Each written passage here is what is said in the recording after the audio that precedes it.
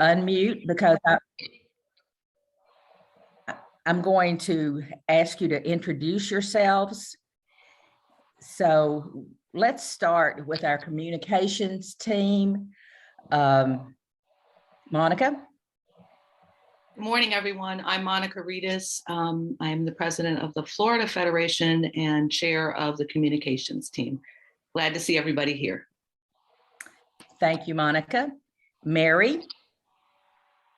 I'm Mary Keeler from Idaho. I'm the vice president of the Idaho Democratic Women's Caucus, and I am the webmaster. Yes, if you haven't looked at our website lately, please take a look. Mary has worked her magic there. We have a great new website. Okay, let's introduce our officers and board members. Cindy Jinks, I see you. Hi, ladies. Good morning. It's great to see everybody here. I'm Cindy Jinks from Missouri, immediate past NFDW president. You ladies have done a wonderful job. I was reading your position papers, and we really have, Gail has really put together a great team. Thank you, Cindy. Glad you could join us. Joanne Sullivan. Good morning, everybody. It's nice to see your faces. I'm Joanne Sullivan. I am a past president of National Federation of Democratic Women, and I'm also one of the 3 DNC members at this point. So welcome to all of you. I'm looking forward to what everybody has to say. This looks like an outstanding program. Dorinda. Hello, everybody. Dorinda White here. I'm not on the camera. I'm actually driving. I am the treasurer of the National Federation of Democratic Women and the past president of the DC Federation of Democratic Women. Thank you, Dorinda. We know how to multitask, don't we? Jenny Ballou. Good morning, everyone. I'm Ginny Ballou. I am the president of the Idaho Democratic Women's Caucus, and I also serve as the 3rd vice president. Thank you, Jenny. Wanda Byram. Good morning, everyone. I am Wanda Bynum Ashley. I apologize, I'm unable to be on camera as well. I am the parliamentarian, and I am past president of the Arkansas Federation of Democratic Women. And I also served as a former county chair, as well as a county Democratic Women's president. So I'm happy to join you this morning as well. Thank you, Wanda. Debbie Thompson. I don't think Debbie's joined us yet. Okay, let's introduce our committee chairs who are with us this morning. Jean Marzalek.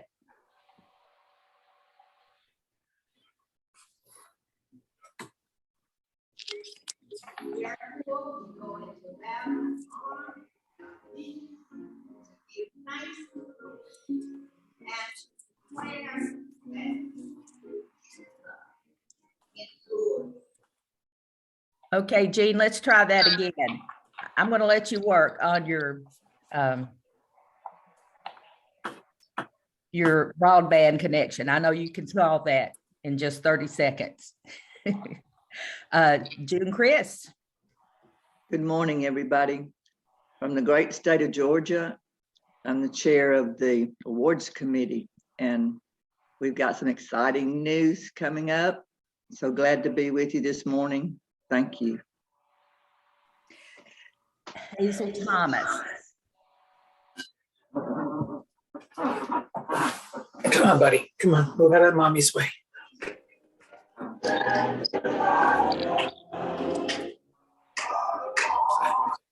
Good morning. This is Hazel Thomas from Washington, D.C. And I'm multitasking because I'm at a choir retreat.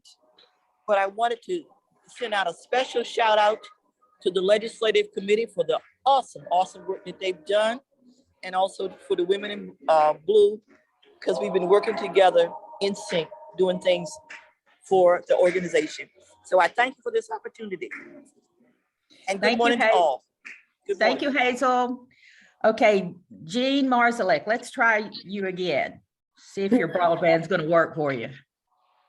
Yes, I'm here. And unfortunately, I had to leave for a minute because I was hearing everything twice. I was getting an echo. So now it seems like everything's all right. I'm Jean Marzalek from Mississippi. I'm chair of the History Committee. And I hope that everybody will be saving their papers for our History Committee to send to the Library of Congress. Thank you.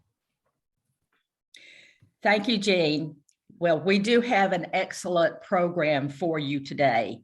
And this is certainly a most critical time to be prepared to advocate. Advocate for good legislation. Advocate to defeat bad legislation. And there's a ton of bad legislation out there. You know, it was like kicking a hornet's nest when Democrats won the White House, and then we won the 2 Senate seats in the runoff. So as my new U.S. Senator has said, Raphael Warnock, they're coming for us. And you can tell that by looking at the legislation that has been dropped all around this country. 600 bills have been dropped around this country. They're mostly focusing on trying to prevent people from voting. They're going after absentee ballots. There are folks who want to totally do away with absentee ballot.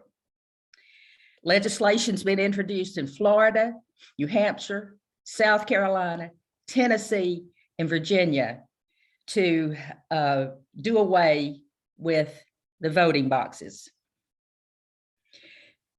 Also, there's legislation to make it easier to do audits of the previous 2020 election.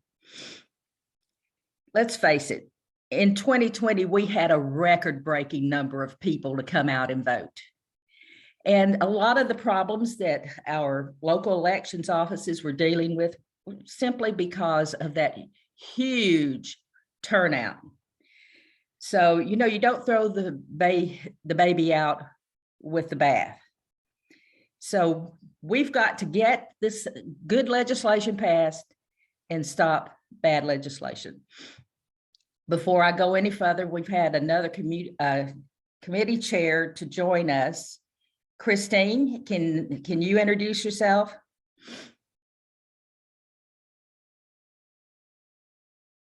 Christine Pelosi. Yes, good morning. My Wi-Fi is a little spotty out here, so I'm just going to keep my camera off to keep the conversation going. But I am the 5th Vice President and the co-chair with Hazel of Women in Blue, and we are very excited to be a part of all of these wonderful advocacy experiences. And I would just say one other thing to what President Buckner just said, which is not only did we kick the hornet's nest by winning everything and they're coming for us, but we also unleashed the ideas of all of our wonderful activists all over the country, millions of people who now have a strong expectation that we are going to deliver for them. As we say, Democrats deliver. So we also want to make sure that as we're doing these advocacy pieces, that we are just constantly back in touch with the people who gave them to us to go back down the chain to report and say, this is what we've asked for, and this is what we're getting. It may not be all of it at once, but the pieces that we're getting are very important, because you know what? These federal grants coming in right now, they didn't fall out of the sky, right? The House, the Senate, the president, the vice president delivered. And now those grants are coming in, whether it's for transportation or healthcare or education or increased COVID relief. So I think just the one note that I would make is, as we're advocating, the 3 rules of politics, right? Tell them what you're going to do, do it, and then tell them you did it. Or in our case, tell them we did it together. So thank you, Anna. Look forward to a productive session. Thank you, Christine. All right, I cannot say enough words of praise for our legislative committee this year. They went right to work right off the bat. They did their research.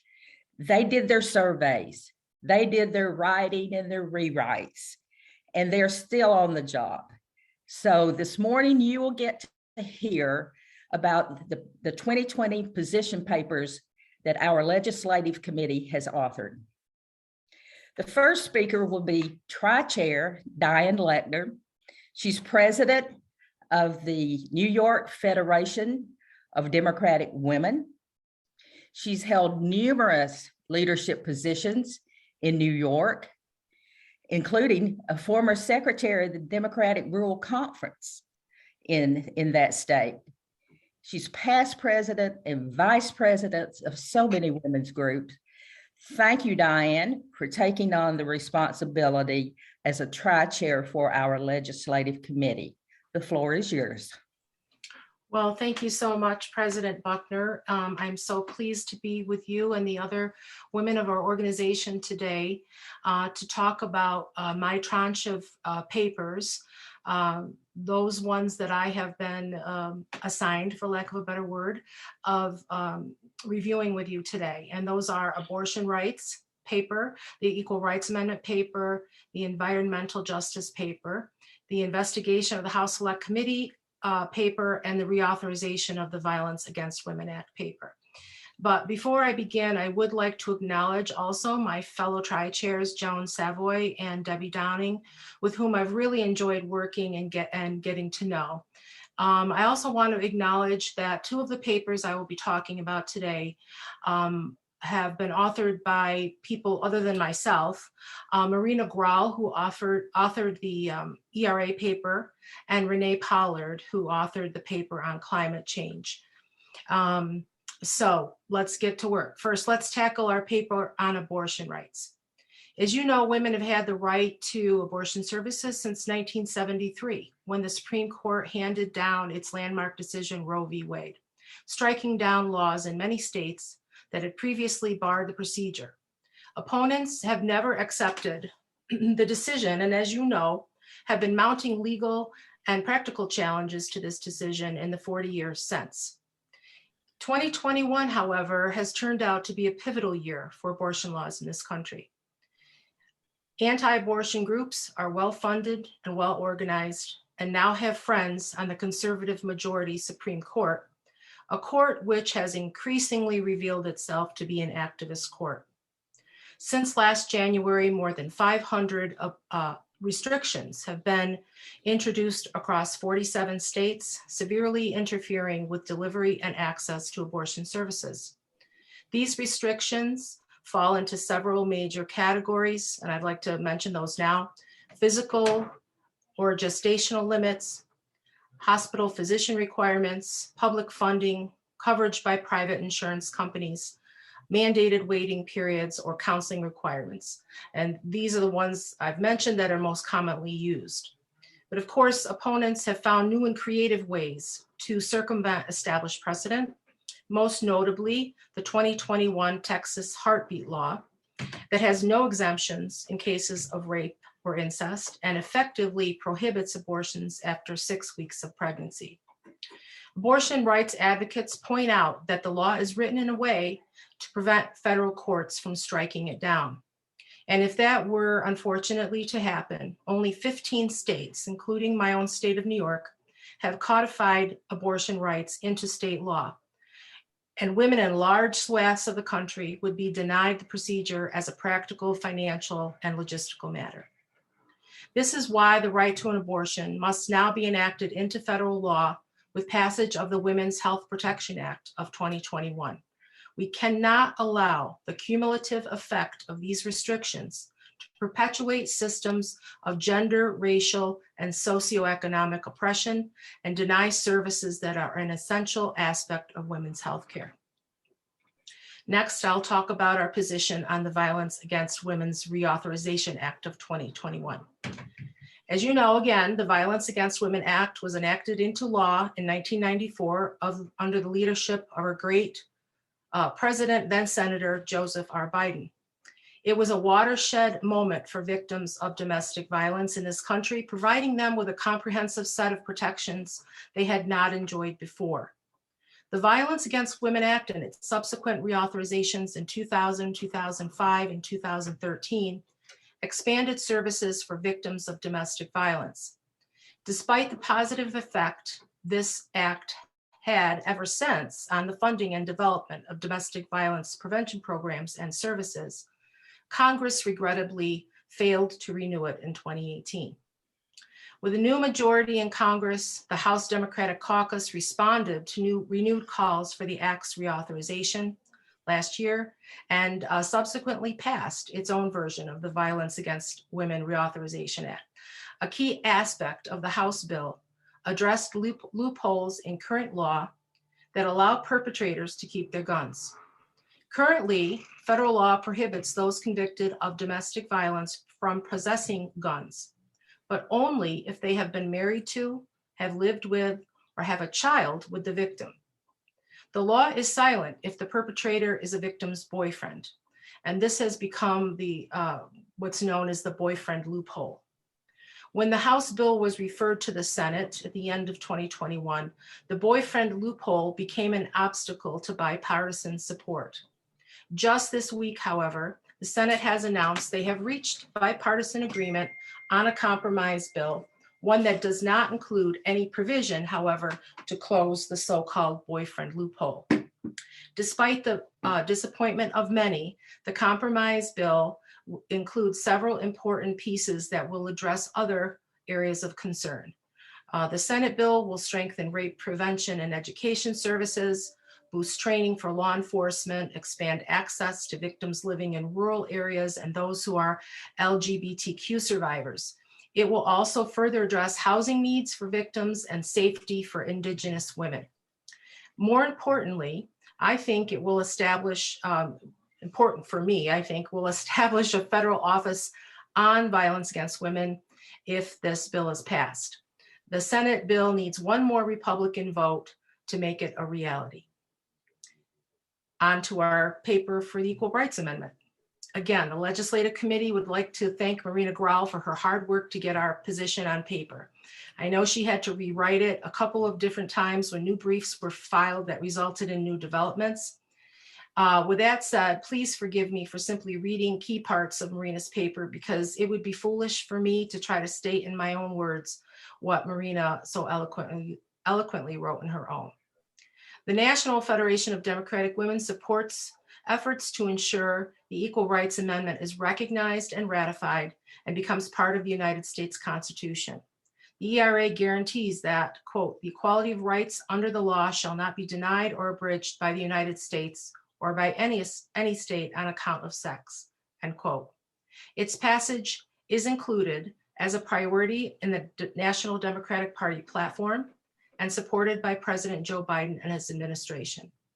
Sex-based discrimination continues to be pervasive in the forms of rape and domestic violence, assaults, workplace and wage discrimination, healthcare inequities, disparate rates of poverty, and a lack of political parity.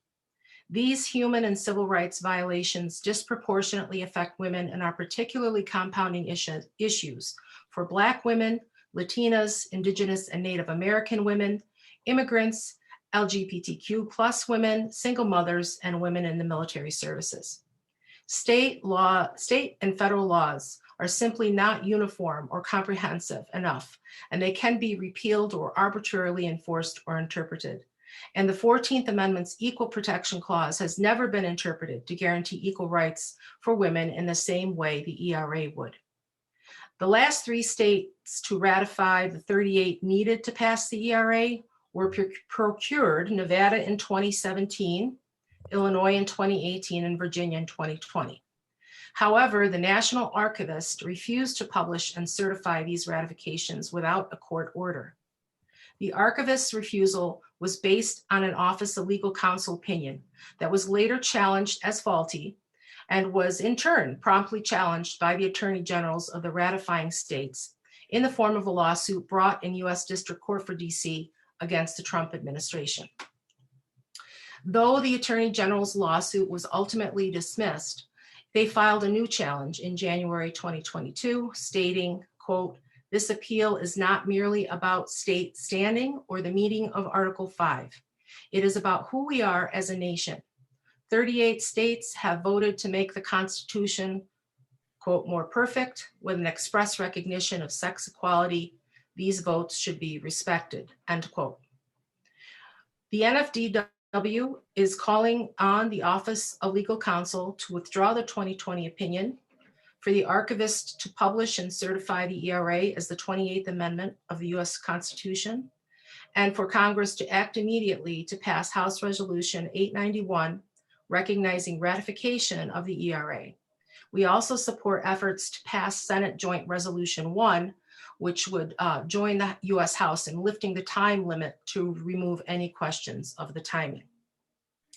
The next paper is one kind of near and dear to my heart, the paper on the January 6th insurrection. Again, as you know, on January 6, 2021, the US Capitol complex came under attack by a group of insurrectionists intent on thwarting Congress's constitutional mandate to validate the 2020 presidential election.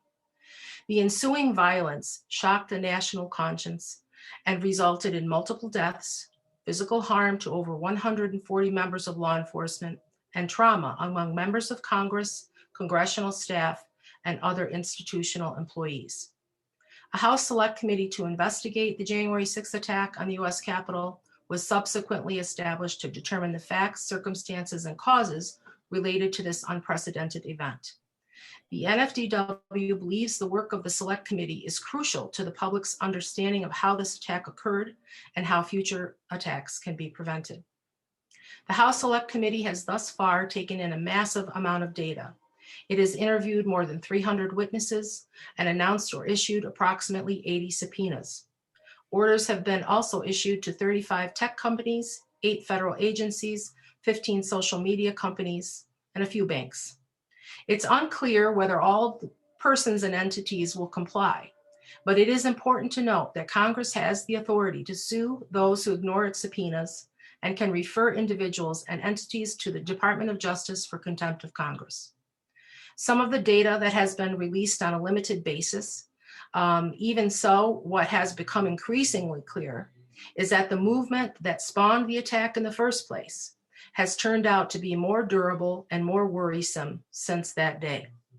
In addition, we are learning that violent extremists with ties to right-wing militias and white nationalist groups were not only involved in the violence of that day, but in many cases are at the root of our domestic terrorist problem. This and ongoing efforts by the Republican Party, by Republican Party officials to delegitimize our election process in the public's mind and to put partisans in place to potentially negate future election results should alarm us all. For these reasons, we are calling on all members of Congress to publicly support the Select Committee's investigation, to refer all witnesses who refuse to appear as subpoenaed to the DOJ for prosecution, and for passage of any legislative or corrective measures recommended by the Select Committee in its final report. So President Buckner, do I still have any time or have I gone over time? You're fine. March on. Okay. So the last paper that we would like to present is a reaffirmation of a previous paper on climate change. And that paper was written by Renee Pollard. Just to, hit the highlights, obviously climate change is a global threat, so it will require a global effort. The Earth's temperature has risen 3%. And has caused more extreme weather patterns as a result, resulting in unprecedented flooding in low-lying areas. The increase in temperature has also impacted air quality, creating a crisis of asthma-related conditions. And the EPA has highlighted the fight against climate change in context of the fight for environmental justice, stating that environmental justice, as defined, is the fair treatment and meaningful involvement of all people, regardless of race, color, national origin, or income, with respect to the development, implementation, and enforcement of environmental laws, regulations, and policies. Of course, we're all aware that climate change has had a disparate impact on communities of color. So the NFDW calls on the EPA and Congress to continue to pass legislation that addresses these disparities. Thank you, and that concludes my remarks. Thank you, Diane. What a great presentation, and thank you for the papers you wrote, and thank you also to others who helped with those papers that you presented. In my excitement earlier, I overlooked introducing one of our committee chairs. So I want to take a moment to acknowledge a political training and education chair. Patty Farley is with us. Patty, please introduce yourself. Good morning, everybody. I'm on from Florida. I'm pleased to be here, seeing what all the committee has put together for us, and it looks like they've done a wonderful job. Everybody enjoy and absorb the great information. Have a good day. Thank you, Patty. Now, I also neglected to say that we will wait until the end to take questions. So, but feel free to put your hand up at any time, but we will do questions after all the presenters. The next person up is Joan Savoy. She is from Louisiana, and she has served on the legislative committee since 2019. She's a former nurse and retired from healthcare. She's also served as the New Orleans Vice President for Community Development with the Chamber of Commerce there. She's had a variety of experiences. Joan, bring us your papers, please. Unmute yourself. Joan, unmute. Got it. Sorry. Okay, thanks, Gail. And I'm going to be starting off with a paper in support of comprehensive election reform. Before I get started, I should also say that it's been great working with the legislative committee, and especially with my co-tri-chairs, as we've gotten through a lot of information and worked with other committee members who have submitted papers to us. So what we've tried to do is to make sure that we represent the papers that were submitted and give you a summary of what's included in those. And I know that, that Gail is distributing the full papers so that everyone has copies. Okay, I will start with the position paper in support of comprehensive election reform. This particular paper, I've edited it a couple of times because things keep changing along these lines as far as what's going on with the right to vote in this country. This paper is one that I wrote 2 years ago, and I've updated it each year, and each year there are major changes. Challenges to voting rights, unfortunately, are not new. Despite reauthorization of the 1965 Voting Rights Act in 2006, the US Supreme Court gutted the act in 2013, and efforts to remedy those changes have been met with opposition from the right. However, with the election of President Biden, along with the majorities in the House and Senate, Congress has a unique opportunity to finally return a semblance of fairness to elections. Legislatures in 48 states have introduced more than 400 restrictive bills under the guise of preventing fraudulent voting. But extensive reviews of voting records have shown no credible evidence supporting this premise. More than 60 suits filed by the former president have been thrown out due to lack of evidence. The Supreme Court decision recently to allow Alabama to use a highly gerrymandered congressional map has also opened the door to other states to follow suit. This paper emphasizes that the National Federation of Democratic Women opposes voter suppression in its many forms, including discriminatory tactics to impede voter registration, purging voter rolls, disenfranchising eligible voters, and gerrymandering. NFDW supports free, fair, accessible elections and strong, comprehensive reforms that make it easier, not harder, to vote.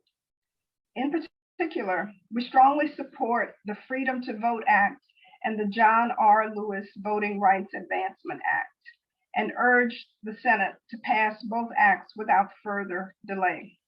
And I just want to add at the end that I just recently saw that the congressman from South Carolina, Representative Clyburn, and others have sent a letter to Attorney General Merrick Garland, urging him to aggressively protect voting rights and fight against disenfranchisement. And taken from their press release, their comment was, our message is simple: be creative, be relentless, be unapologetic in your commitment to do whatever it takes to ensure that every American has their right to vote, has their vote counted, no matter how they look or where they live. That concludes voting rights. I could go on for a long time on that, but time is limited. So I'm going to move on to our next position paper. This paper is in support of affordable housing. And this paper was authored by Hazel Bland Thomas of the DC chapter. NFDW strongly supports safe, affordable housing as a basic human right, regardless of income or circumstances. Homelessness and a shrinking housing base available to poor and low-wage workers is a decade-long problem that requires a deliberate effort to eradicate it. Eligibility for affordable housing is determined by a little-known and complicated formula that places the truly needy at a significant disadvantage. The Department of Housing and Urban Development uses what is called Area Median Income, or AMI, to calculate eligibility. But since AMI combines high-income suburbs with inner-city household income, the net effect places affordable housing beyond the reach of the most needy households. Change to this means of calculating eligibility is needed to take into consideration income as well as family size. When developers, politicians, and nonprofits refer to affordable housing, they mean housing that is affordable to households earning a certain percentage of AMI. By grouping an entire region's population together, AMI ignores racial disparities that have resulted from centuries of housing and economic discrimination against minorities and the poor. Relying on the AMI to set affordable housing and rents leaves behind everybody earning less than the targeted percentage of the AMI. Those left behind are more likely to be poor, low-income people of color, as well as immigrants, refugees, seniors, and the disabled. NFDW urges Congress to direct the Department of Housing and Urban Development to redefine AMI to slow the homelessness in inner cities and make low-income housing affordable to poor and low-wage workers. Next is the position paper in support of early childhood education. This paper was authored by Michelle Scher Newman, or Shelley as she's known, from the Florida chapter. NFDW commends President Joe Biden and his administration for their leadership in addressing the importance of early childhood education in the Build Back Better Act, now pending before the Senate. Passage of this plan will make a seismic improvement in access to early childhood education and will help to bring the U.S. in line with other industrialized countries. The benefits of early childhood education are well known to professionals and parents in terms of the impact on kindergarten adjustments, maturity level, equal education, and critical skill development in the areas of socialization, listening, motor movement, and language. Out of 41 other industrialized nations, the United States ranks 38 in the percentage of 3 to 5-year-olds enrolled in early childhood education. Most US families live in what is termed a child care desert, which lacks access to available and affordable child care. This, in spite of extensive research showing the value of these programs in terms of long-term impact on student achievement, including by closing academic, social, and emotional gaps, lowering rates of special education placement, and increasing graduation rates. Research shows that a holistic approach to a child's social, emotional, and physical needs helps to nurture caring, capable, and responsible future citizens. Congress must pass the Build Back Better Act to give early childhood education the funding our children need and deserve. Next up is the position paper in support of the Bipartisan Infrastructure Investment and Jobs Act. This paper was authored by Chinita Allen, who is with the Georgia chapter. The National Federation of Democratic Women commends President Biden and his administration for passing the Bipartisan Infrastructure Investment and Jobs Act, which passed both the House and Senate in November 2021. Americans from all communities will undoubtedly benefit from this legislation in the form of improvement in existing roads and bridges and major projects. Also, safety, public transit, electric buses, passenger and freight rail, high-speed internet, power infrastructure, and environmental remediation. Included in this law are the most significant federal investment in public transit, the largest federal investment in passenger rail since the creation of Amtrak, the single most significant dedicated bridge investment since construction of the interstate highway system, the most significant investment in clean drinking water and wastewater infrastructure in American history, delivering clean water to millions of families, access to high-speed internet, the most significant investment in clean energy transmission and electric vehicle infrastructure in history. The NFDW's position is that this legislation will allow reconnecting communities an opportunity to say where these major highways will be built and elimination of redlining. Too often, past transportation investments divided communities, like the Claiborne Avenue Expressway in New Orleans, or I-81 in Syracuse, or it left the people most in need of affordable transportation with few options. Last is a paper in support of addressing disparate health outcomes in communities of color, preventing Black maternal deaths. This paper was authored by Gail Buckner, our president from Georgia. The National Federation of Democratic Women supports the Black Maternal Health Momnibus Act being shepherded through Congress by Representative Lauren Underwood and others. This legislation is designed to fill gaps in existing legislation to comprehensively address every dimension of the Black maternal health crisis in America. Research shows Black, Hispanic, and Native American women are at greater risk of pregnancy-related illnesses and death than white women. This is the case regardless of income and educational attainment. According to the Commonwealth Fund, non-Hispanic Black mothers are more than twice as likely as non-Hispanic white mothers to experience severe maternal morbidity, which is comparable to the difference in maternal mortality rates between Black and white women. The CDC contends these problems are preventable with improvements in prenatal care and extended postpartum care. The NFDW supports the Black Maternal Health Momnibus Act of 2021. I love that name, Momnibus, because it's an omnibus bill, covers a lot of things. And its counterpart in the Senate is Senate Bill 346. Yeah, for real. The 12 bills included in Momnibus are included in the Build Back Better Act that passed in the House and awaits action in the Senate.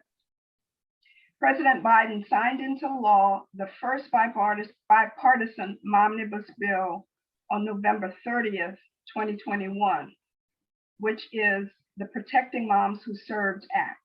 And that's to provide our veterans with world-class maternal health care that they've earned. NFDW urges the Senate to pass the Build Back Better Act and the remaining 11 bills included in Momnibus. And that concludes my portion of the presentation. And I will pass it back to our President Gail. Thank you, Joan. Great work there and a great presentation. Thank you. We are covering the bases this morning, aren't we? The next presenter is Debbie Ho Downing. She has served on the Legislative Committee also for quite a few years. She can be described as a super volunteer for many Democratic candidates, including Hillary Clinton, and an advocate for women's issues on many social issues. She currently serves as the tri-chair of the Legislative Committee. She's a retired educator and serves on the Oklahoma Commission on the Status of Women. It's an advisory committee. She holds a master's degree in education as a reading specialist, and her heritage is Oklahoma Choctaw, and she resides in Oklahoma City. Debbie? Thank you, Gail.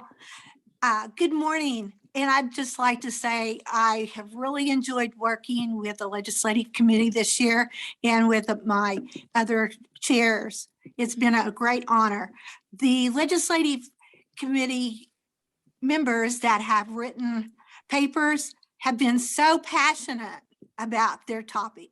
And I think you can see from what's already been reported that they are. Okay, my first paper is Support for Common Sense Safety. It was written by our president, Gail Buckner. She updated it because there's changes going on all the time in this area. The Center for Disease Control and Prevention states there are more than 120 deaths from gun violence in the United States every day. Each year, more than 30,000 people die in the United States from gun violence, and more than 100,000 individuals are injured by gun violence. Our call to action is to call on Congress to pass common sense gun safety legislation, pass universal background checks, ban the sale of high-capacity magazines, prevent the illegal sale of firearms, close the loopholes in domestic violence cases, and prevent the sale of weapons to domestic violence abusers, ban gun sales to persons involved with domestic violence. The next paper is Youth and Veteran Suicide in the United States. This paper was written by Donna Ezell from Tennessee. The 10th leading cause of death in the United States is suicide. Veterans have a 50% higher suicide rate than civilians who have not served in the armed forces. Since 2001, more than 114,000 veterans have died by suicide. Male and female veterans returning from combat that suffered post-traumatic stress from war who didn't report symptoms were 80% more likely to commit suicide than veterans who reported post-traumatic stress symptoms. Our call to action is to call on presidential administration and Congress to provide more programs, resources, and interventions for our veterans. Suicide is the second leading cause of death among youth 15 to 24 years of age. There are rising rates of suicide for youth younger than 15 years old. Our action is to urge the President's administration and Congress to provide more programs, resources, and interventions to address mental health needs of youngsters in all marginalized groups. The next paper is Federal Student Loan Debt in the United States, and it was written by Tanita Allen from Georgia. 2/3 of our borrowers are women. Black and Hispanic women are disparately impacted. Borrowers span generations, with 22 million borrowers under age 35 and 22 million over the age of 35. Average annual borrowing by parents has more than tripled over the last 25 years. Student loan is holding back our struggling economy and restricting opportunity and prosperity for millions of Americans. Our call to action: call on Secretary of Education to continue to work with the Biden administration and Congress to find even more ways to reduce federal student loan debt. The next paper is Redressing Racial Inequities, and this was also written by Tanita Allen from Georgia. Institutional racism is racism embedded as a routine practice within society or an organization, accumulating and disparatively impacting historically disadvantaged peoples. NFDW stands against racism in all forms in the culture of oppression that permeates the United States. We believe it's our duty to disrupt the systems that propagate institutional racism. Our call to action: our members must listen, educate, and advocate beyond rhetoric and rise to correct inequities and injustices. We must advocate to demand meaningful change to end institutional racism in education, healthcare, civil rights, economy, and the environment. The next paper is Independent Redistricting Commission, and I wrote this one. Redistricting process should actively seek citizen input and take it seriously, and not just rely on decisions by politicians. The John Lewis Voting Rights Amendment Act included banning partisan gerrymandering and requiring states to adopt transparent and fair redistricting processes for drawing maps. The bill passed the House, but hasn't passed in the Senate. Gerrymandering is a power action. Our call to action is to call on Congress to pass legislation for an independent redistricting commission to be created in each state. We need to keep fighting for fair and representative government. So there's already been some lawsuits from states and cities to help address the gerrymandering. Some have won and some have not been determined yet. So that concludes my remarks. Thank you so much. Thank you, Debbie. Excellent work. I appreciate your input here. Before we totally leave our position papers, I also want to say thank you to Judy Villa for her help. And another thank you to all of those who wrote the position papers. That took a lot of research and a lot of time for composition and editing and getting these papers ready to send out. So thank you. Now we're going to talk about how to advocate. You know, that's having a well-written paper is only part of the process. You've got to know how to present yourself and when you are advocating. Our first speaker will be Eileen Davis. She has a ton of experience advocating. Actually, all of our presenters who will talk about how to advocate, they are experts in advocating. Now, Eileen is from Richmond, Virginia. She has won numerous awards, including the People Demanding Action Impact Award for grassroots efforts, Partners in Progress for Diversity in Richmond, and another award that I love the name of, it's the Richmond Collaboration Shero Award. Now, Eileen is the face of the ERA.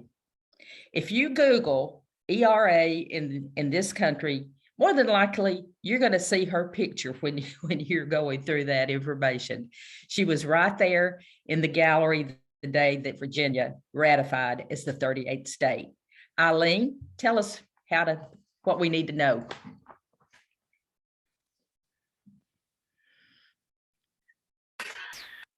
Yes, thank you for that introduction, Gail. I will also say, if you ever see that headless woman in the white blouse holding the Constitution, that's me. Never has a grandmother's breast gotten so much press in the history of the world.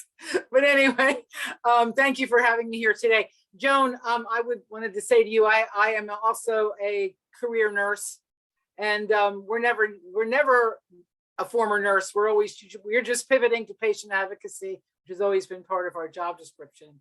So thank you. And to that end, I posted in the chat the Momnibus bill, because I'm on the State Health Committee for the NAACP, and we've been working on the Black health disparity in women and infant mortality for about 2 years, and pivoted over to COVID disparity as well. But I've got a lot of research, so I put that in there, and I got more for you. If you want to call me, we can talk about that. I think the collaboration is very, very important, because we're all trying to do the same thing, and I think sharing what we have acquired is extremely important. I wanted to talk to you today about advocacy, and thank you for your kind introduction, Gail. But I've been on the ground for a long, long time. I was in Georgia when VA ratified finished. We pivoted our strategy to voteequality.us, and our big purple bus came through Georgia and did voter registration, and we have now gone on a southern tour and northern tour to about 12 states. And in March, our vote equality bus will be on the Edmund Pettus Bridge, crossing with the annual march to honor the John Lewis, and to bring the John Lewis Voting Rights Act to the forefront again as a thing of discussion. So I'm honored to be a part of all of these initiatives. And I also work with Emerge America. I'm on the board in Virginia and trying to get Democratic women elected to office. And that's where the intersection of what I'm here to talk to you about today is how to be a better advocate. Whether you're advocating for a candidate, or whether or not you're advocating for an issue, or whether or not you're advocating for legislation, you are basically trying to very easily follow the rule of three and tell people about something in a way that they can easily digest. And I want to go back to the idea of advocate versus lobbyist. You've heard the saying elevator speech, and you've heard the term lobbyist. And I think it's important to understand where the word lobbyist came from. In the early days of lobbying, people would gather in the Willard Hotel, which is across the street from the White House. And always, these men in top hats would sit there and basically be sitting at the door. And they had a Facebook, the original Facebook, and they would know. And when somebody would walk by, they would literally just offer to buy them a drink, and they would, and they would make all kinds of deals. And so the word lobbyist came from people basically, and elevator speech came from following them up and just kind of like pitching something.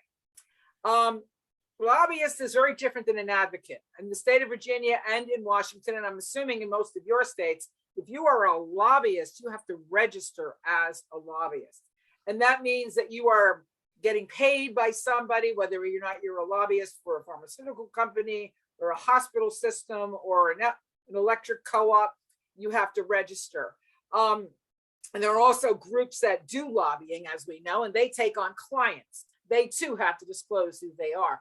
But then there are advocates, and advocates are the people that are there because they want to be. You don't have to register. Anybody can be an advocate. But an advocate is a different feel, because when you're an advocate, you're there because you feel strongly about something, and they come at you with a different way. If you're talking to an elected and you're a lobbyist, they're going to come at you, and they're going to come at you differently. They know that you've got people behind you, you're being paid to be there. If you're an advocate and you come in and you say, look, I want to talk to you today about maternal health disparity in minority communities. Boom. Even as the state health committee of the NAACP, when I go in, I'm there as an advocate. And so it's a different vibe. And many times you're more warmly received because they know you're there. They're not asking you for a donation. They don't expect you to buy them lunch. You're there because you feel strongly about the issue. And I think that the strongest thing that an advocate brings to the table is they're there because they feel strongly about an issue. And I think that kind of commitment to an issue is something that you can't, it's just organic. It's there, and that's your strongest asset. So lead with that. I also wanted to show you a couple of books. The political campaign program at the University of Richmond. There's a couple of different books that we teach and we talk about in Emerge as well. And there's the 3 languages of politics, and it's talking across the political divide. And then also the other one, which I really like, is called Don't Think of an Elephant.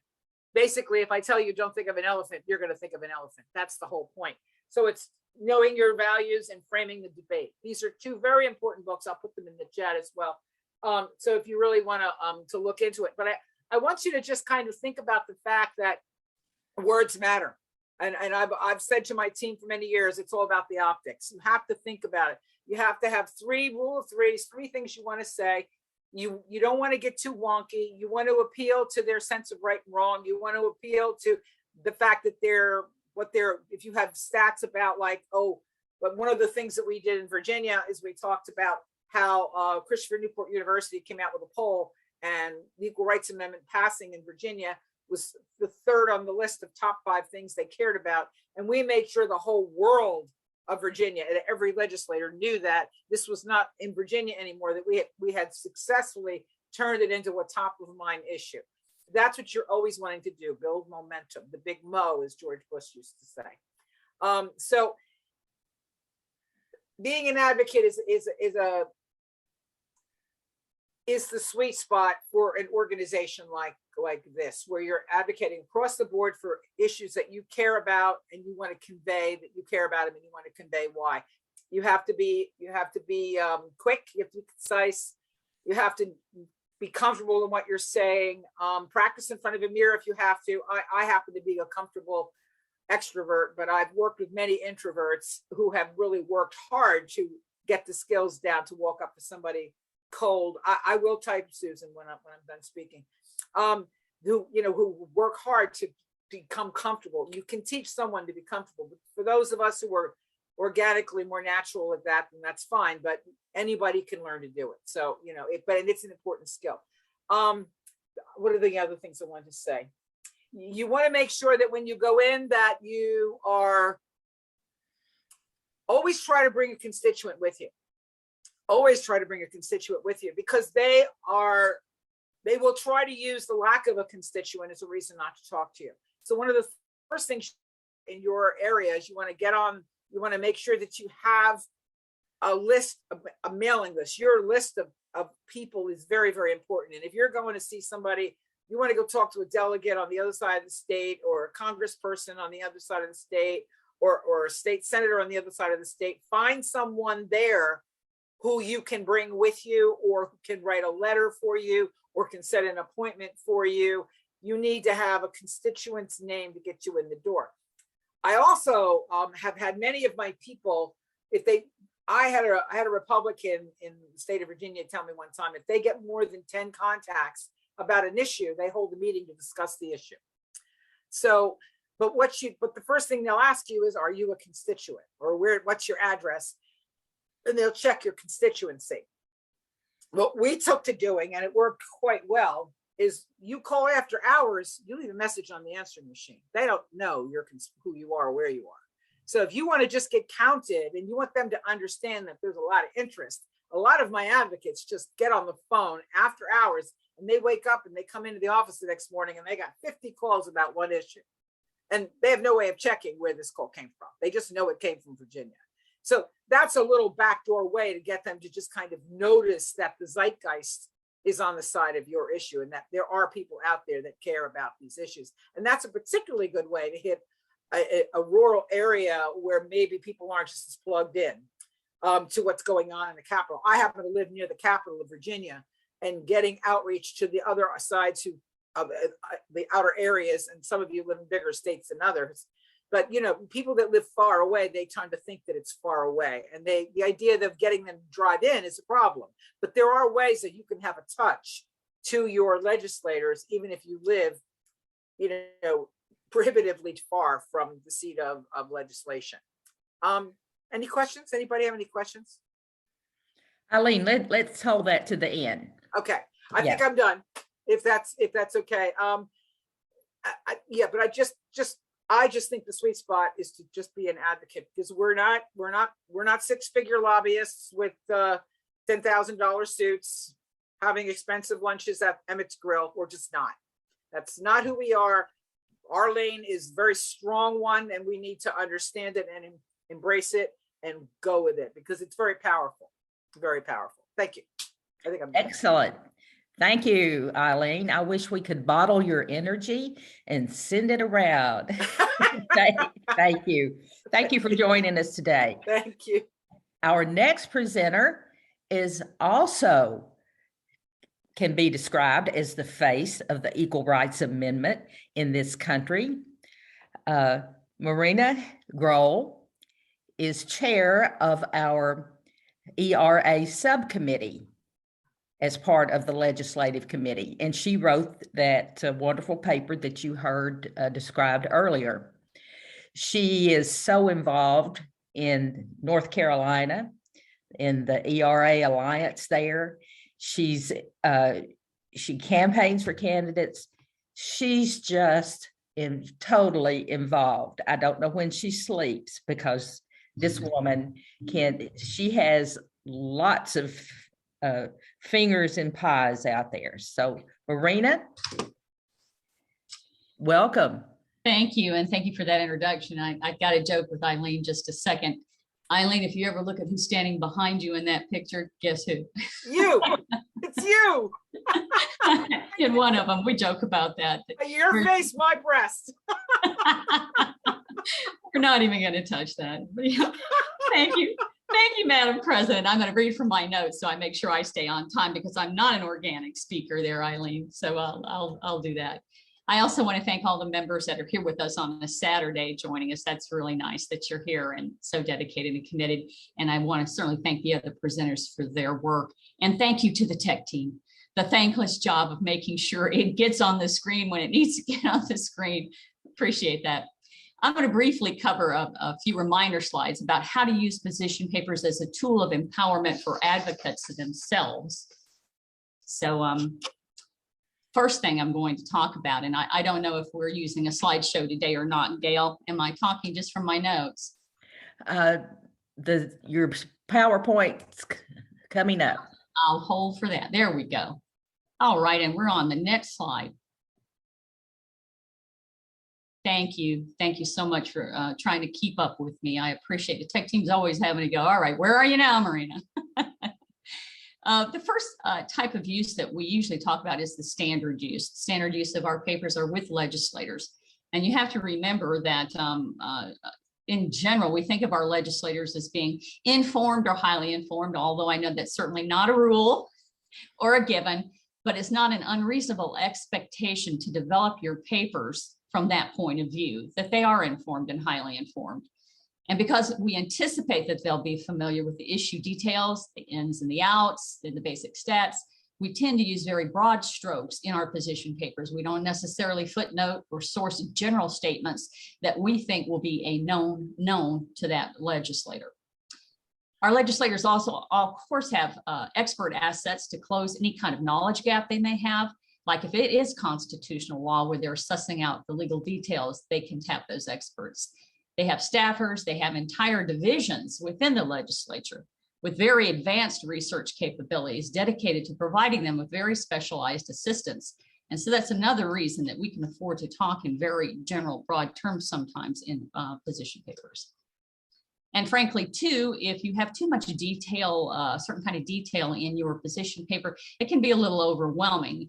If you, what we call oversource or clutter source with like dozens of footnotes and URL links and source links in the main body of the paper spelled out, you can distract from the final emphasis on your position paper. So we're talking about how to smart link and those kinds of things as well. And that's the standard use, and wonderful. Thank you for anticipating. So now we're going to do the expanded use of the papers. Under expanded use, we want you to reconsider that paper from the point of view of another set of very important users. And that's, of course, the persons that are sharing the paper with the legislators. That's the advocates themselves. And we have to remember that you need to avoid making any kind of assumption about the knowledge and the experience level of your volunteer advocates. Their backgrounds can run that full continuum of aiming to be informed, they want to be informed, they're very newly informed, or they could be highly informed. There may be gaps in their knowledge, though, which are going to be obstacles for them. They may be the exact advocate that you're looking for because they have the interest, they have the passion, they have the willingness, but they don't have that degree of knowledge that they want or that they may need in a conversation. So don't accidentally disadvantage an advocate with an undersourced paper, because it may leave that advocate feeling very ill-prepared, hesitant, and uncomfortable when they're trying to dialogue with those legislators and those decision makers. Our position papers are that opportunity to bridge the knowledge gap. So you want to advantage advocates by using credible and strategically diverse references. Capitalize on footnotes and source links to educate advocates without clutter sourcing. You have to balance that.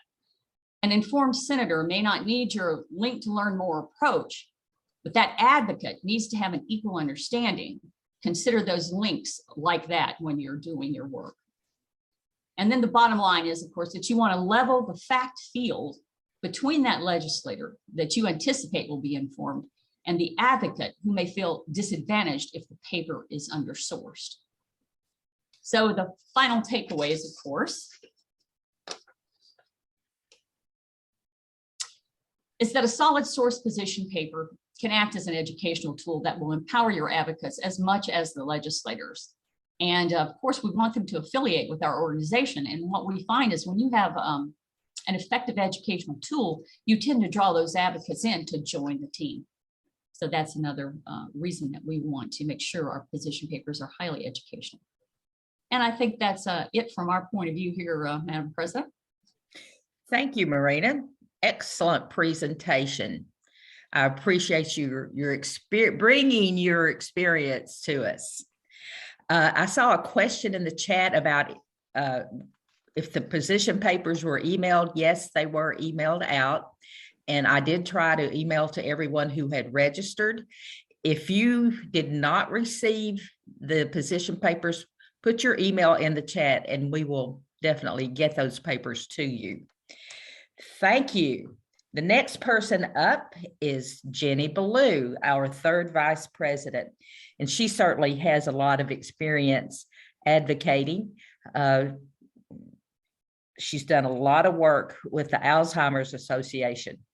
And if we could also bottle her energy, that we would have this thing sewn up. Jenny? Why, thank you very much, Madam President. I do appreciate it. Yes, I'm Jenny Ballou. I'm the president of the Idaho Democratic Women's Caucus and your third vice president of the National. I do serve as the ambassador for Congressional District 2 here in Idaho for the Alzheimer's Association. So part of what I'm sharing with you is with their permission of some work that we have been putting together on how to best show up in those offices or now in a Zoom meeting. So again, big thanks. What a great presentation. This has been phenomenal so far, and I hope to do equally as well. The tech team, thank you so much. They always make us look great.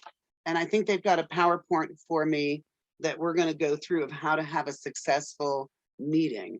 Everyone's been telling you these great position papers. And so now you've got to make that actual meeting, and how are you going to do that, and how are you going to be the most effective? Do we have the PowerPoint for that? We do. So your in-person meeting, you can go to the next slide, Mary, please. You know me. We're just waiting. Sorry. Sorry. Can it be the full? I think we can. I know you're doing that. So there are some differences in what we're going to be doing. When you're going to be going in person, you're going to be showing up a few minutes early. If you're going with a team, you're going to realize that there's a few different parts. There's that person that's going to be in charge of saying hello. There's that person that's going to tell them why you're there and what you're looking for. And there's going to be the person taking those notes of what did you say? What did they agree to? And you're all going to have your role. Next slide, please. You want to be specific when you make that introduction, and I can be the worst one on it. We all have a tendency to go off the mark, and we start that introduction and we say, and we hear that we should make sure that they know we're a constituent, or they should make sure they know about us. And so we say, oh, hi, I'm Ginny Ballou and I'm from Haley. And I know we're in that ski resort town. And so I know that, we believe in environmental rights have to be right. And I think you did something with a White Clouds bill once before, and it's not what I'm here to talk to you about, but we're going to talk. He's lost now. I am so off the mark. He doesn't know what I'm here to talk about, and it's a mess. But if instead I'm to say, hi, I'm Ginny Ballou, and I'm here about the Boulder White Clouds bill and tying that in with protecting our environment, I have gotten his attention more. I let him know that I'm in his voting district by where I'm from. So it's okay to be emotional and to have your connection to it, but keep that brief at this time, because right now we're just trying to get their attention as to who's in the room.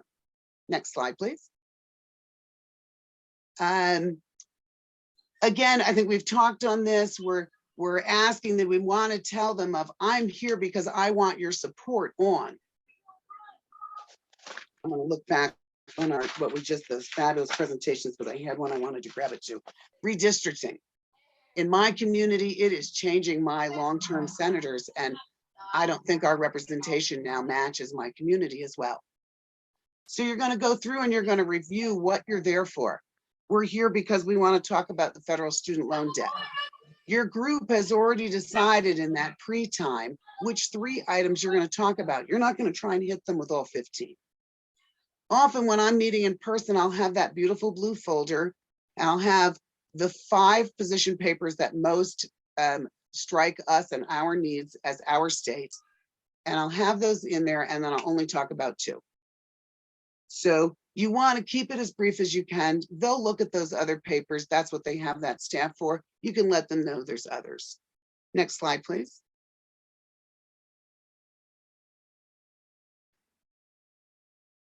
So again, when you're finishing up, you want to be sure that you're saying, hey, so we've talked about this. Is there anything that would prevent you from signing on to this bill? Is there anything that questions that I could answer that would stop you from supporting this action right now? Can we count on your support? Be very clear in that that's what you're asking for. This should be very brief. It doesn't take a lot of time. Next slide. You want to also be sure and thank them and get a picture. And because I'm a blue girl in a red state, I often get them asking, what are you going to do with the picture? And we'll go to that next group of slides, Mary. And so I'll always tell them, I'm just going to post it on Facebook, thanking you for your time. So you don't have to worry. I'm not going to do anything bad with it. And then we have that next group. Okay, so now this is going to be the difference of when you're in a virtual meeting. So it's pretty much the same steps. You need to have met beforehand with the people if you're doing this as a group. We have our Women in Blue, and I am honored to be the co-chair of our program committee, along with Lloyd Bryant, the president from Arkansas. I see is on our call today. And so you want to know beforehand who you're going to be talking to. For our national, again, it's just going to be hearing from them. But we're hoping that every state is still doing some kind of virtual meeting, whether it's a workshop hearing from your legislators or going and talking to staff, going and seeing who you can, whether you're seeing them virtually or in person. So our tricks for wanting to know, especially in our area, broadband is definitely an issue. And I know for many of us it is. So that's why one of the reasons we support Build Back Better, a great tie-in for when you're supporting a position paper. You want to know that you're familiar with that platform. The last thing you want to do is have technical issues stop you from getting to the point of why you were there. So you want to make sure that you have that good connection. Practice it with a girlfriend. Do it with each other once before and make sure that you know what you're going to be asking, and do some role playing. Next slide, please. So here's just some do's and don'ts for the meeting. There's nothing worse than getting there and being confused. I say, oh no, I thought you were going to talk about the paper. I'm going to say hello. No, you make the ask. I didn't plan to. So be prepared to do all the parts, but have a good plan as to who's doing what. You want to have those things to be sending them. Sometimes it's not the greatest to hand it to them when you start talking, because I've found that they start looking at it and ignore you. Whereas if you leave it behind and give it to their staff member and say, here's all of the information that we've discussed, because they're the ones that's going to be reading it anyway. Again, in our don'ts, be on time, be friendly, be courteous. I don't agree with half of none of my representation represents me. So you still have to be gracious and courteous because he's still the one with the job. So never make up a fact. If you don't know, just say so. There's nothing wrong with saying, I'm going to find out and get back to you, because you know what? You just gave yourself a reason to get back to them. So what you're doing is making and it's your staff people. I talk to the staff people all the time. I know when my congressman's staff person in my local office, I know when her husband has been sick with Alzheimer's. So we build a relationship. We know about each other. Next slide, please. So again, here's just your breakdown. You're going to introduce yourself and your group. You're going to be specific in your introduction, yet brief about it.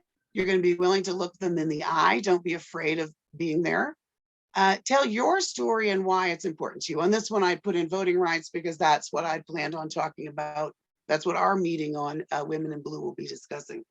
Have that elevator speech. Next slide, please. I think I have a slide in here that tells you it's important to have a couple of elevator speeches. You should have like a 5-second introduction. You should have a 10, 15 second, and you should have that full on 30 seconds. Someone's really making eye contact back with you and giving them your time. When we are in person, we sometimes run into other people in the hallway and they've all got that little button on. And a couple of us, we were looking it up real quick. Going, who is he? I don't know.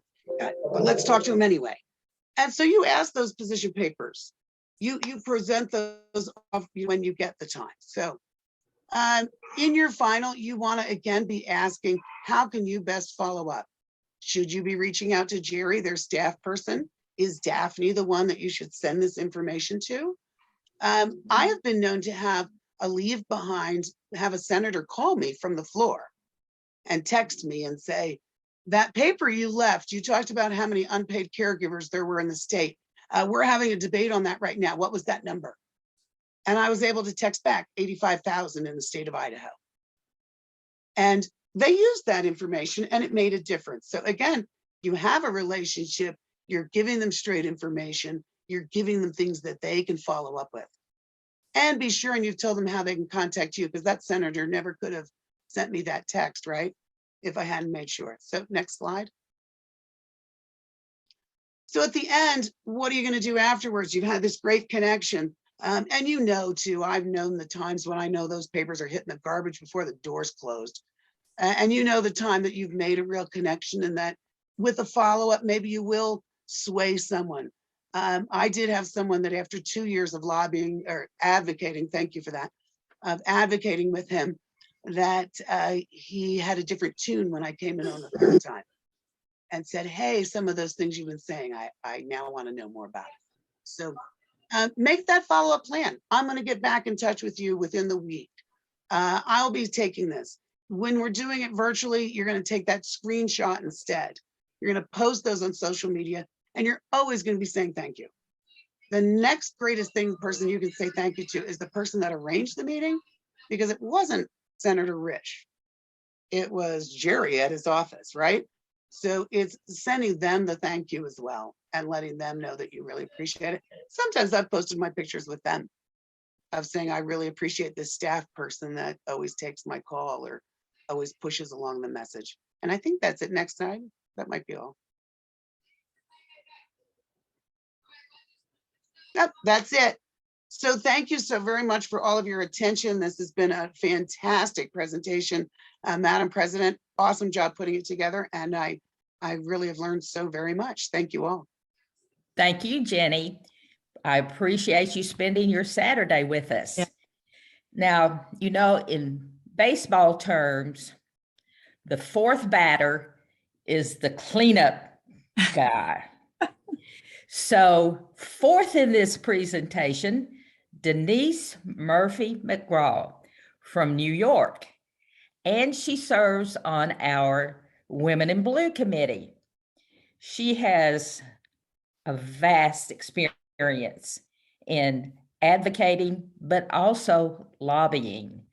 So Denise, I would like for you to introduce yourself because I don't want to miss anything. And then you tell us what it is that the best practices that we need to remember today. Thank you very much, Madam President. I am a lobbyist. I own one of the largest lobbying firms in the state of New York. And I spend a lot of my time helping other people advocate. I represent the March of Dimes. I represent national mental health groups. I represent construction groups, right? So I run the gamut. And I have been doing that for about 25 years. Helping plan advocacy days, helping people get the training in the morning, go do the meetings in the afternoon, and then regroup, you know, at the end of the day, and helping people go from being very nervous about it to the end of the day, really feeling so invigorated and really feeling like they made a difference. So I'm thrilled that so many people want to go do this. You know, I always give the tips from what Ginny just gave us, which was just perfect, right? Those slides, and I'm seeing everybody saying, are we getting that slide deck?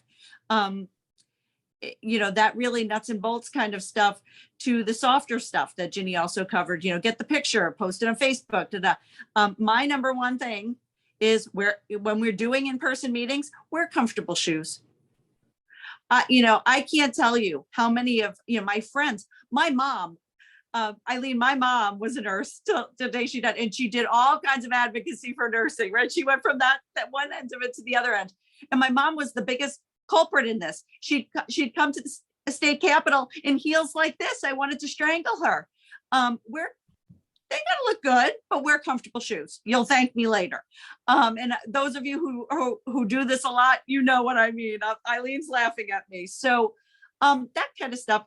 There's very little for me to build on. You know, everybody who spoke before me really gave a tip, gave a really good, solid information.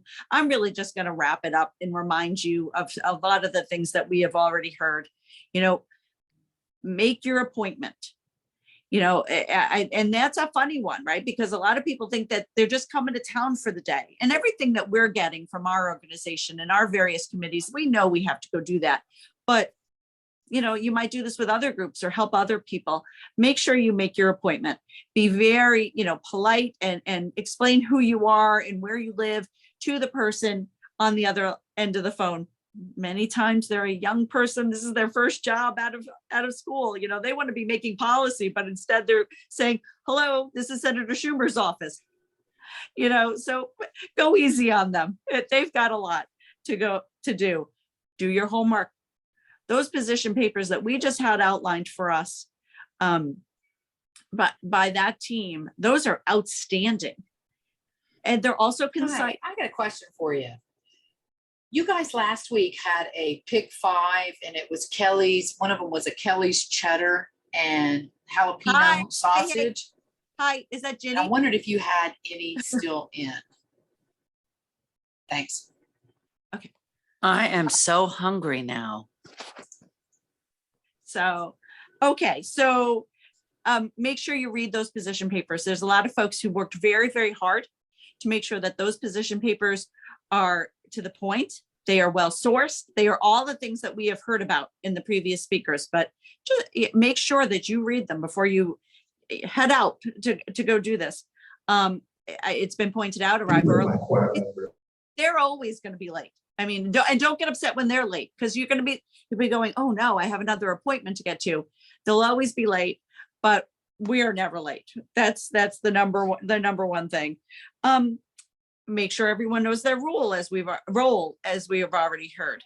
And sometimes I know it's hard in a group, and especially a group of women like us. We've all got something to say. We've all got experience. We all, have kind of done this kind of stuff before, to make sure we just don't step all over each other, because we want to be there for a reason.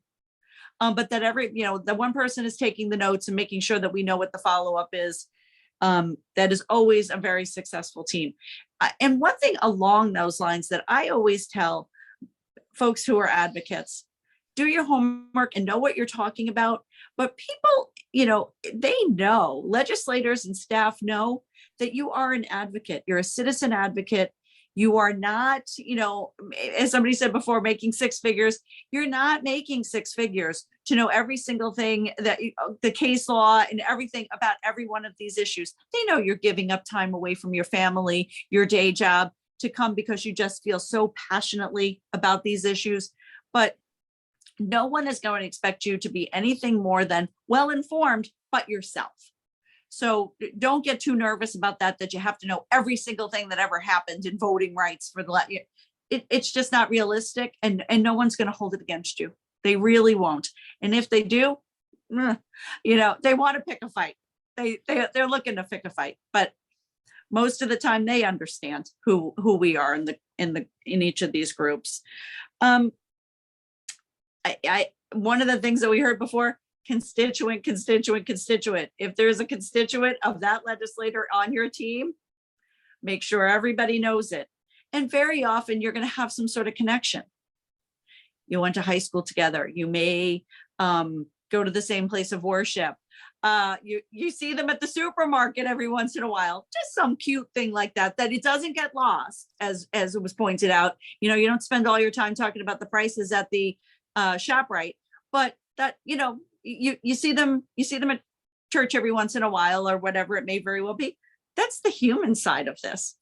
And it really does, it sticks in everyone's minds. I was a staff person for years, and those are the meetings that I still remember. Somebody who will say, I knew, blah, blah, blah, blah. And it's just the human side. But yet again, concise. We can't say it enough. Concise. Make your point and move on. Because they are getting just inundated with so much information each and every hour. We all know that. Make sure that the ask is concise. So not just what we're there for, what the issue is, but what is the specific ask we are looking for from these legislators. That was big bolded on the previous slides. Please make sure that they know what the ask is, and it's presented again in a way that we get to yes. So you'll sign on to the bill. You'll talk to the bill sponsor to see if it's going to get moving, those kinds of things that are just said in a nice way, not we demand you do, but you can do that. And everybody's natural inclination, especially somebody who runs for elective office, they want to say yes. They want to find that common ground with folks who come to their offices, especially their constituents. So putting it nicely phrased question, polite, you'll get to yes before you know it. You just really will. It was said sort of jokingly, pictures. They love them. Nothing makes anybody happier. I get stuff from legislators all the time who will say, will you tweet about this for me, Denise? Sure. Absolutely, Senator. They want that. They want that picture with a group of people smiling in their office, getting the job done, shaking hands. And it's not them posting it. It's their constituent or those advocates posting it. And with those thank yous, because it looks like they are efficient and effective. So that always really does work. And one thing that I am a big stickler about is a thank you note afterward. It just wraps it all up again.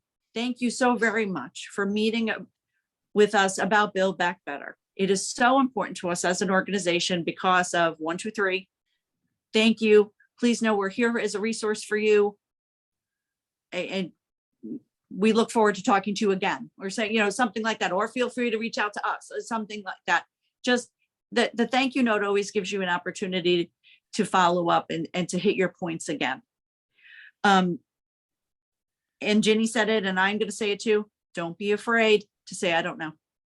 I always tell my advocates that is a fantastic opportunity. Also, don't be disappointed if you get a staff person and not the legislator.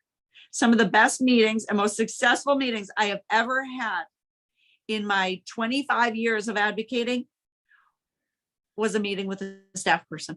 So, and I know someday you've come all the way there. You want to see the legislator in person, but just don't get disappointed by that. Madam President, that's all I've got. Well, thank you, Denise. That was a great presentation. I would have loved to have been a fly on the wall with all of your sessions advocating. One other thing I want to mention to you, we also have a document how to use NFDW position papers and resolutions. If you need me to email that to you, please send the email directly to me. I would put my email in the chat, but I can't get my chat to work right now. So my email address is my name, Gail Buckner at bellsouth.net, like ringing a bell, bellsouth.net. And that document really hones in on establishing a working relationship with your elected official. Now, I've never had a person in Congress to challenge me on what I'm saying, but I did run into that with a state senator. And another woman and I were in his office talking about the Equal Rights Amendment, and he wasn't challenging me so much as he was the other woman.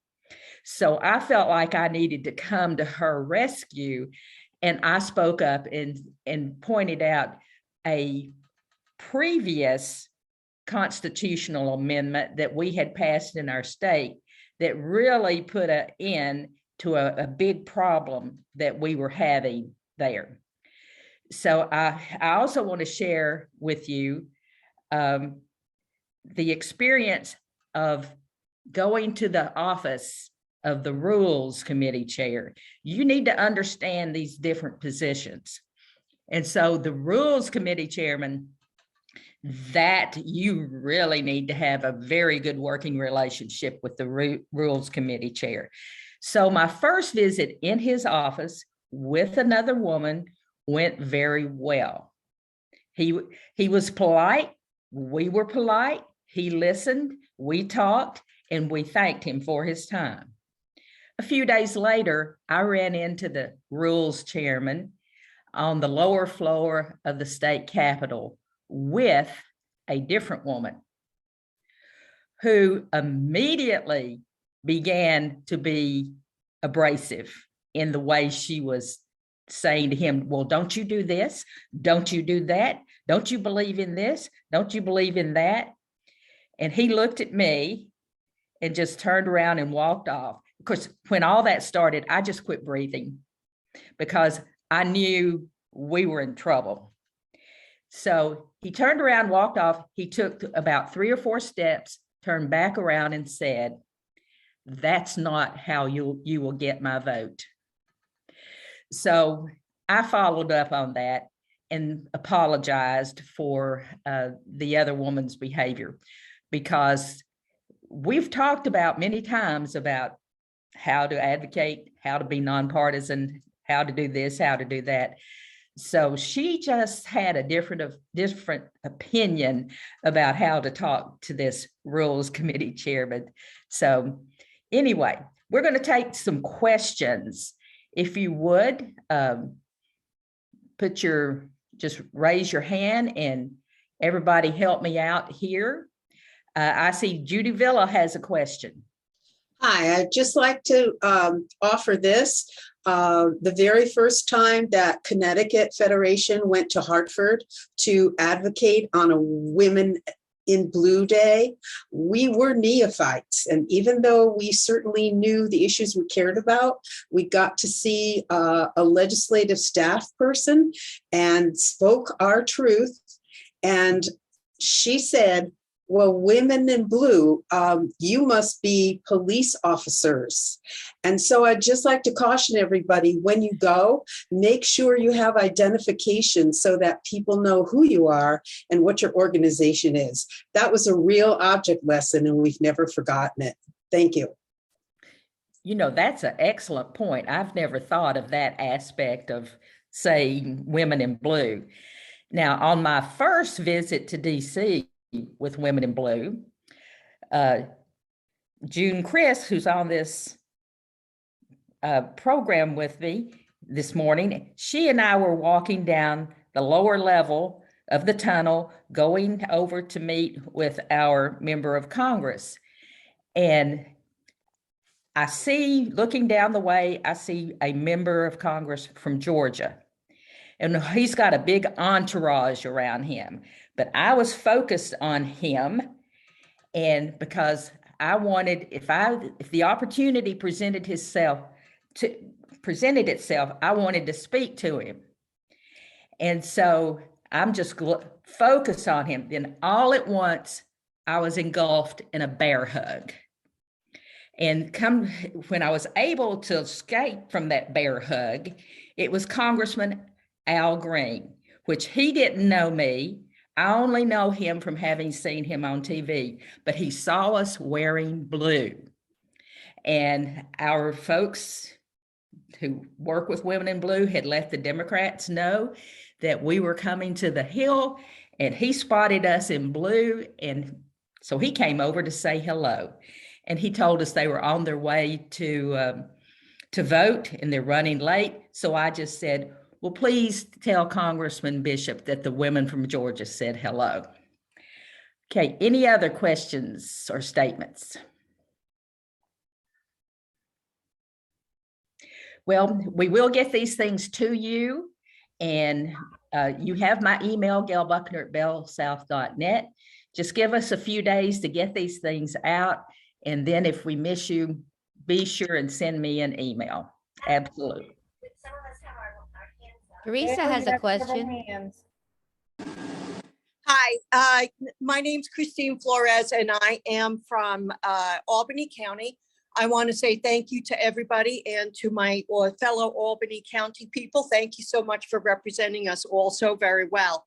I'll just make this quick. I moved back to New York about 2 years ago, but I did a lot of advocacy work down where I used to live, which was in Miami. And everything everybody said was really good. What I'd like to say to people too is that don't be afraid. You elected these people, not to be arrogant, but you elected them, and don't be afraid to stand up and speak your voice, even if it's just you and not with an organization.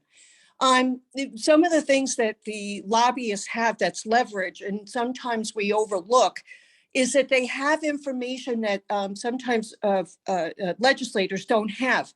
And giving them a fuller picture of who the constituents are in a community is information that might be really helpful because they don't know everybody. The other thing is remembering that sometimes you have leverage. I know you have to be real nice to everybody, but sometimes there's a way to do it tactfully, but a reminder of the fact that you represent a portion of the population that can vote one way or the other. And you can't speak on behalf of an organization that way without having consultation with the organization. But, you do have leverage with a group of people.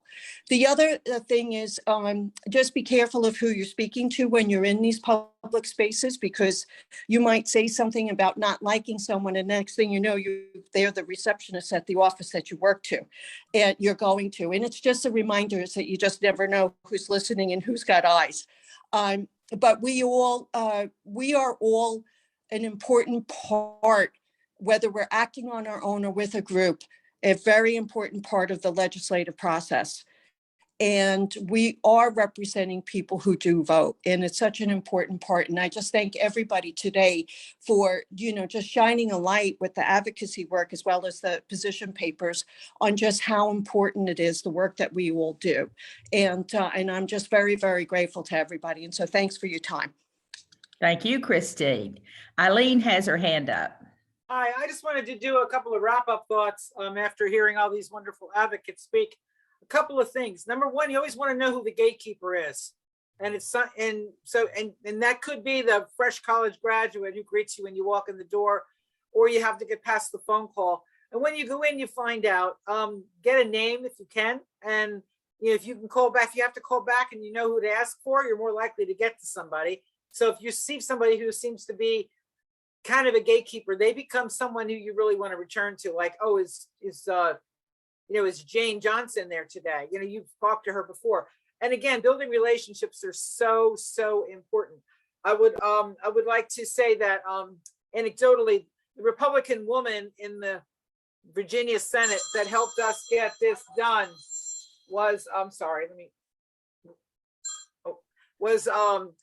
we had a hard time building a relationship with her. And I came in one time and her assistant said that she was out sick and that she was back in the hotel because, again, she doesn't live near the Capitol.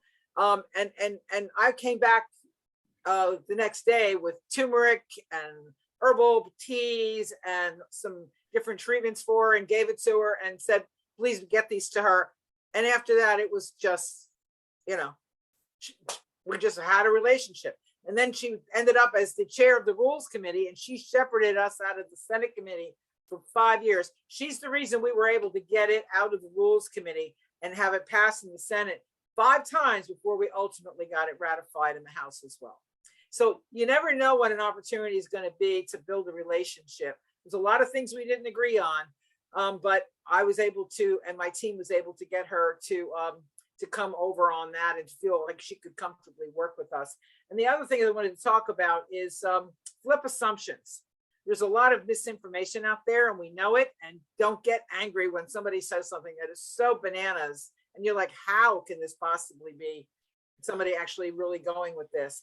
But you flip the assumptions. Understand that there is destructionist talk, and then there's constructionist talk. We want to focus on the constructionist talk. You want to know how, destructionist talk scares people and it works but you want to flip it to a constructionist. How does, they will hit you with, one of the ladies talked about bad broadband. They will hit you with the cost of broadband. You don't argue with them about the cost of broadband. You go back to what broadband will do, and that it's, it's like electricity in 1937. It's an ubiquitous utility that everyone needs, and it will help schools and small businesses and rural communities. And you just talk about the positive. Flip. Don't fight about when somebody gives you, flip to the reasons why you think it's a good idea and just stay there. And the only one other thing I want to say is that you want to make sure that, you don't take the bait. You will get, I had a delegate who, the first time I went into the Virginia House, it was in the coat room, and never talk in an elevator correctly. Never talk in an elevator. The few times that I have talked when other people have been around, I've been lucky. I learned early on. But in my early days, I remember being one time hanging up our coat in the coat room down in the public area. We were talking about, I was talking with the person I was with about who we were going to see first and blah, blah. And one of the women hanging up her coat said, wait, are you here to talk about the Equal Rights Amendment? And we looked at her and we said, well, yes, we are. And she said, oh, well, gosh, I've worked in this building for 30 years. The last time somebody came in here to talk about the Equal Rights Amendment, they literally threw them out in the snow. I'm glad you're back.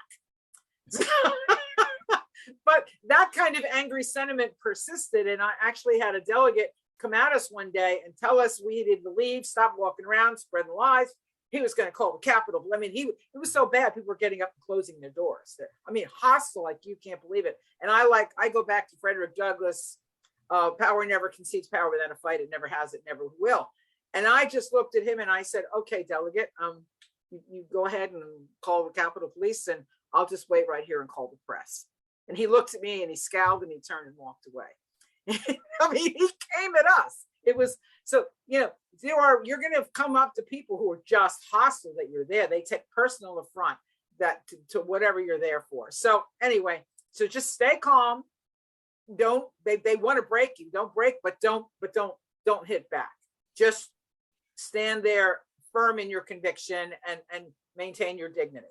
And that's really all I want to say. But thank you, Tip, for today. It's been wonderful. Thank you. Thank you, Eileen. Teresa has a question. Yes. Actually, I have two questions. First of all, I'm wondering if we can all get information on how to get the 2 books that were presented. And secondly, I would like to know about our sharing position papers with our club members and on social media. Well, there are 3 books that I put in the chat, and all 3 of them can be purchased on Amazon. Okay, thank you. Okay. Yes, absolutely. Share the position papers with your members. The question about putting them on social media, that's a little tricky. Let's hold that thought about putting the position papers on social media for now. We're actually discussing creating a special section on our website where we will store the position papers. If you have a private group that only your members are going to be coming into, that's pretty workable. But if you're if you're emailing them out to your members, to me, that's a very impactful way. Christine? Thank you. Christine Pelosi. Thank you. Just to follow up on that, I think once you've given the papers to an elected official, it's good to put that out on social. I mean, after all, the elected official has it at that point. So why not let your supporters have it? And it may not be the whole position paper. It may just be a summary of it. But, when we go to Sacramento, for example, and we say we're there to fight for open source voting or for more funding for Planned Parenthood, we then put some sort of a link to what we've just dropped in all the offices, because at that point, why not take credit for a good message and let people know what we did? I would say that putting it on prematurely, people just aren't going to read it. As Ginny was saying earlier, it's a leave behind. It's not a lead in, because it won't have any context for people. But if you have everybody posing with a picture of whatever it is you're leaving behind or something like that, or just a couple of the top lines that you wanted, I think that can actually be effective, because then you might turn it into a petition, for example, and you already have the language right there that everybody already voted on and everybody already agreed on. And then it's a good way to get people to in your state or in your federation to sign the petition, and then you get their contact names and information. So I would just make a distinction respectfully between beforehand, when people still think they can take pot shots at it or edit it, or they're going to ignore it, or it's too whatever, and afterwards when it's become now an action item. And if you do follow up with a series of letters or petitions with the same exact language, then, taken from the other side, having received so many of those, at least it makes sense to me that first my own constituents would come in and talk, and then afterwards they would tell their friends about it, and then afterwards more people would write in support of one particular part of it. So that would be my respectful amendment to that thought. And those are great thoughts. Thank you, Christine. One final thing that I want to mention, also in one of our Women in Blue events, the congressman who was speaking to us made the statement that a member of Congress has to be contacted 2,000 times before they really get into a particular subject. Now, Eileen had a little different take on that earlier. It may depend on the member of Congress, but this is what one man said to us. Now, for 2,000 contacts, you know, that could be one letter with 2,000 signatures on there. And we've also had folks who have worked on the Hill to tell us that, yes, the staff keeps a record of how many calls that comes in and what the subject matter is. And the member of Congress gets a report at the end of the week, how many contacts and the subject matters. Eileen, did you have another statement? You're absolutely right, Gail. The reference I gave was for a local state delegate.